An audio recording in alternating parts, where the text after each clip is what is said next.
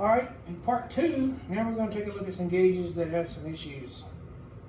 As always, we start out with a live round.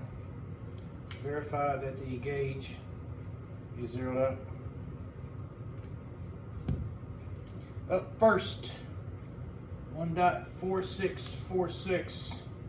Some people call that the Colt Special. Some people call it 556 Go. I call it a bad gauge. It reads .001. It should read .002. You're buying this for the extra 1,000s. This is a Forster gauge made by Forster and purchased from Brownells.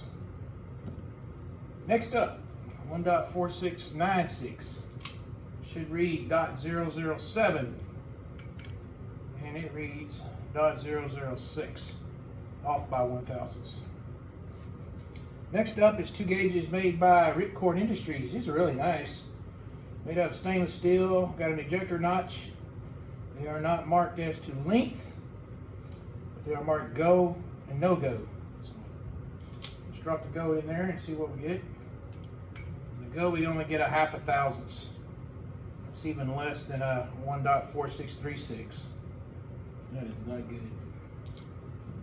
No-go measures 11 thousandths. That's exactly the same as a 1.4736 or a max or field. Okay, so what should the Ripcord gauges measure? Well, let's take a look at their website. According to Ripcord's website, those gauges should measure, go, should measure 2 thousandths because it's a 1.4646.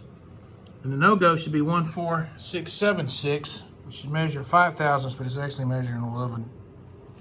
So both of those gauges are no good. They're going back to Ripcord and the 2 gauges from Brownells.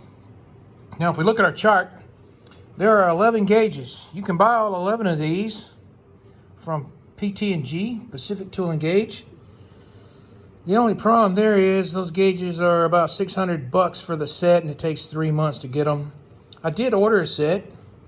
I'm told they're in the inspection phase, and I should have them soon. Look forward to getting them to see if they really are accurately machined. If they are, here's what you can do. You can start with the smallest gauge and work up. Closes at 1.4666 as an example, but does not close at 1.4676. Thus, you would have a headspace of 4 thousandths. So you could record that and see how it varies over time. A lot of people aren't going to want to do that, but some people might. So this is an example of 4 gauges that are not machined correctly. A lot of people warn not to buy gauges from Amazon or eBay. They may be Chinese fakes. I may buy a couple and just see how they measure. But we've got a Forster and a Climber, both purchased from Brownells, that are off. So anybody who's using Headspace gauges are just taking it on faith, like I was until I figured out how to measure them.